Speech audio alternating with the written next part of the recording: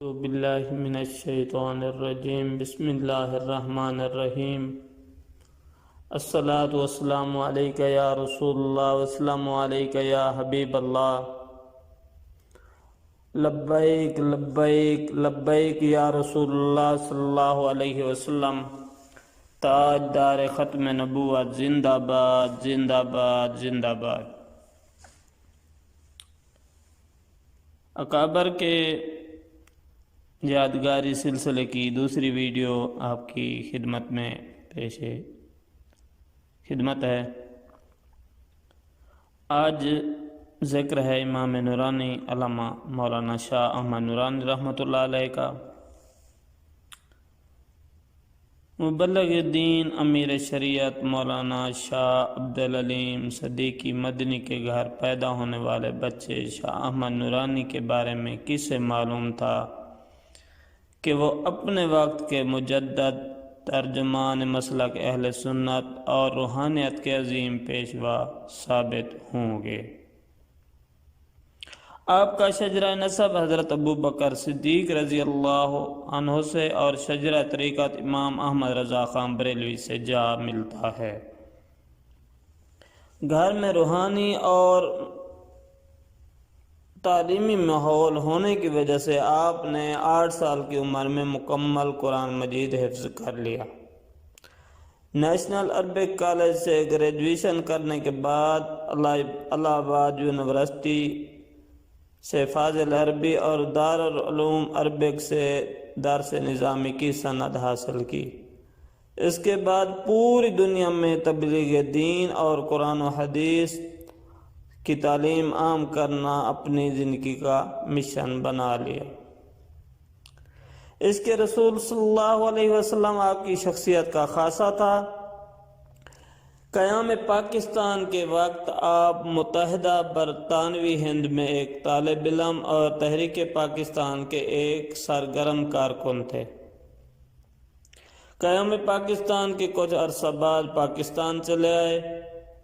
جب 1948 میں اکابرین نے سواد اعظم کی سیاسی تحریک کو جاری رکھنے کے لیے ایک سیاسی جماعت بنانے کا فیصلہ کیا، چونکہ ہندوستان میں سواد اعظم کی جماعت جمعیت علماء ہند کام کر رہی تھی، اس لیے علماء و مشائخ کا اہم اجلاس ہوا اور اس میں علامہ احمد سعید کاظمی رحمۃ اللہ علیہ کی تجویز پر جمعیت علماء پاکستان کے نام سے جماعت بنائی گئی۔ 1970 میں مولانا شاہ احمد نورانی نے جب پہلی بار الیکشن میں حصہ لیا تو جمعیت میں شامل ہوئے۔ اس وقت جمعیت کے سربراہ خواجہ قمر الدین سیالوی تھے۔ قائد اہل سنت علامہ شاہ احمد نورانی 1970 میں جمعیت علماء پاکستان کے ٹکٹ پر کراچی سے رکن قومی اسمبلی منتخب ہوئے۔ ذوالفقار علی بھٹو کے مد مقابل انہوں نے وزیر اعظم کا الیکشن لڑا اور کم تعداد میں اپوزیشن اراکین ہونے کے باوجود بحیثیت اپوزیشن لیڈر قومی اسمبلی میں مرکزی کردار ادا کیا۔ 1972 میں مولانا نورانی جمعیت علماء پاکستان کے سربراہ بنے اور تا دم مرگ وہ سربراہ رہے۔ آپ 2 مرتبہ رکن قومی اسمبلی اور 2 مرتبہ سینیٹر منتخب ہوئے۔ 1977 میں تحریک نظام مصطفیٰ کی قیادت کی اور اس پلیٹ فارم پر فعال ہونے کی وجہ سے قید و بند کی صعوبتیں برداشت کی۔ مولانا شاہ احمد نورانی نے دنیا بھر میں اسلام کا آفاقی پیغام عام کرنے کے لیے 1972 میں ورلڈ اسلامک مشن کی بنیاد رکھی۔ ورلڈ اسلامک مشن کے زیر اہتمام مختلف ممالک میں اسلامک سینٹر، مسجد و مدرسہ بنا کر اس کے فعال دفاتر بنائے گئے۔ درجنوں ممالک میں چلنے والے اسلامک سینٹر آج بھی مولانا نورانی کی قرآن و سنت سے بے پناہ عشق کی دلیل ہیں۔ آپ نرم مزاجی اور گفتہ مزاجی کی وجہ سے دشمنوں اور دوستوں میں یکساں مقبول تھے۔ آبا و اجداد سے محبت رسول کی دعوت دینا آپ کا مشن تھا۔ ختم نبوت کی تحریک میں مولانا شاہ احمد نورانی نے 30 جون 1974 میں قومی اسمبلی میں بل پیش کیا اور 7 ستمبر 1974 کو دوسری ترمیم کے تحت قادیانیوں کو آئین پاکستان میں غیر مسلم قرار دے دیا گیا۔ عقیدہ ختم نبوت کے تحفظ اور فتنہ قادیانیت کی سرکوبی کے سلسلے میں حضرت مولانا امام نورانی کی خدمات آب زر سے لکھنے کے قابل ہیں۔ اس سلسلے میں ایک وضاحت انتہائی قابل ذکر ہے کہ تحریک ختم نبوت 1974 کی قومی اسمبلی کی کارروائی کے بارے میں عموماً ہمارے مخالفین کی جانب سے ایک پروپیگنڈا کیا جاتا ہے کہ مفتی محمود نے یہ کر دیا، مفتی محمود نے وہ کر دیا۔ یہ بات ریکارڈ پر ہے کہ قادیانیوں کا اس وقت جو خلیفہ تھا مرزا ناصر، اس سے انگلش زبان میں مناظرہ شاہ احمد نورانی رحمۃ اللہ علیہ نے کیا۔ یہ تمام دوستوں کے علم میں ہونا چاہیے کہ اہل سنت و جماعت کا جو ختم نبوت پر کام ہے وہ دوسری جماعتوں کا نہیں ہے۔ اس سلسلے میں صرف یہ ہے کہ عوام کے سامنے وہ کام سامنے نہیں آ سکا، زیادہ معلومات نہیں ہیں، ورنہ ہمارے اکابر نے بہت کام کیا ہے الحمدللہ ماشاءاللہ۔ شاہ احمد نورانی نے بے شمار قادیانی مبلغین سے مناظرے کی اور بیرون ملک میں قادیانیوں کی اسلام دشمن سرگرمیوں کا مسلسل تعاقب کیا۔ آپ کے مناظرے دیکھ کر 400 قادیانی مشرف با اسلام ہوئے۔ دین متین کی صحیح معنوں میں تبلیغ اور عشق رسول کی دعوت عام کرنے کے لیے آپ نے ایک عالمگیر تحریک کی بنیاد رکھی۔ 1981 میں کراچی میں مولانا شاہ احمد نورانی کی رہائش گاہ پر ایک یادگار اجلاس ہوا۔ علامہ احمد سعید کاظمی، مفتی وقار الدین اور مولانا محمد الیاس قادری نے آپ کی قیادت میں دعوت اسلامی تشکیل دی اور آپ نے ہمیشہ کارکنان کی دعوت اسلامی کے ہر محاذ پر بھرپور سرپرستی کی۔ ملک میں مسلمان ایک دوسرے کو کافر کافر کے نعرے لگا کر یاد کرتے تھے۔ اس غلط رویے کو دیکھتے ہوئے مولانا شاہ احمد نورانی صدیق کی متحرک ہوئے اور اتحاد بین المسلمین کے لیے انہوں نے 1985 میں ملی یکجہتی کونسل بنائی، جس میں تمام مسالک کے علماء کو ایک پلیٹ فارم پر جمع کر کے کشیدگی کم کرنے میں آپ معاون ثابت ہوئے۔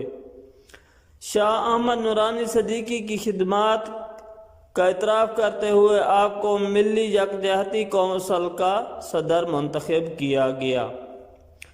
مشرف امریت کے دور حکومت میں سن 2002 میں دینی جماعتوں کو متحدہ مجلس عمل کے پلیٹ فارم پر جمع کرنے میں اہم کردار ادا کیا۔ مذہبی جماعتوں کا اتحاد عمل میں آیا تو انہیں متفقہ طور پر سربراہ مقرر کیا گیا۔ اس مذہبی اتحاد نے ملک بھر میں مثالی نشستیں لیں اور صوبہ خیبر پختونخوا اور بلوچستان میں مخلوط حکومت بھی قائم کی۔ جمہوریت کے لیے ان کی کوششوں کو فراموش نہیں کیا جا سکتا۔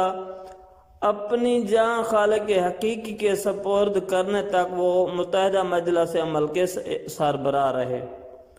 حضرت مولانا شاہ احمد نورانی رحمۃ اللہ علیہ ایک باعمل عالم، مجاہد تحریک ختم نبوت اور پاکستان کے اہم ترین سیاستدان تھے۔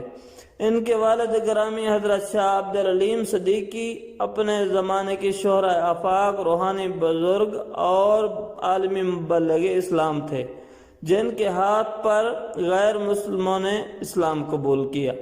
فتنہ قادیانیت کے خلاف ان کی گراں قدر خدمات کا ایک زمانہ معترف ہے۔ حضرت مولانا شاہ احمد نورانی ایک سحر بیاں خطیب، کمال ذکی، حاضر جواب اور فی البدی گفتگو کرنے کے ساتھ ساتھ زبردست خوش الحان قاری قرآن بھی تھے۔ حضور سے بے پایاں محبت ان کے رگ و وپے میں بسی ہوئی تھی۔ عقیدہ ختم نبوت کے تحفظ اور فتنہ قادیانیت کی سرکوبی کے سلسلے میں حضرت نورانی کی خدمات تاریخ کا سنہری باب ہے۔ حضرت نورانی میاں نے اپنے ایک انٹرویو میں فرمایا، ختم نبوت کا عقیدہ مسلمانوں کے درمیان ایک متفقہ اور اجتماعی عقیدہ ہے، اور سب کا متفقہ فیصلہ ہے کہ ختم نبوت کا منکر کافر اور مرتد ہے۔ خلیفہ راشد حضرت ابو بکر صدیق رضی اللہ تعالی عنہ نے ہر مصلحت کو بالائے طاق رکھ کر فتنہ و ارتداد اور فتنہ انکار ختم نبوت کی سرکوبی کی۔ مسلمہ کذاب کے خلاف جنگ یمامہ میں ہزاروں صحابہ کرام شریک ہوئے، جن میں سینکڑوں حفاظ کرام بھی تھے۔ اعلیٰ حضرت امام احمد رضا خان بریلوی، اعلیٰ حضرت سید مہر علی شاہ گولوی، مولانا لطف اللہ علی گڑھی اور دیگر تمام مکاتب فکر کے علماء کرام نے مرزا قادیانی کی تکفیر کی۔ علامہ شاہ احمد نورانی دل کا دورہ پڑنے سے 11 دسمبر سن 2003 کو اسلام آباد میں انتقال کر گئے۔ آپ کی نماز جنازہ آپ کے صاحبزادے مولانا محمد انس نورانی صدیقی نے پڑھائی۔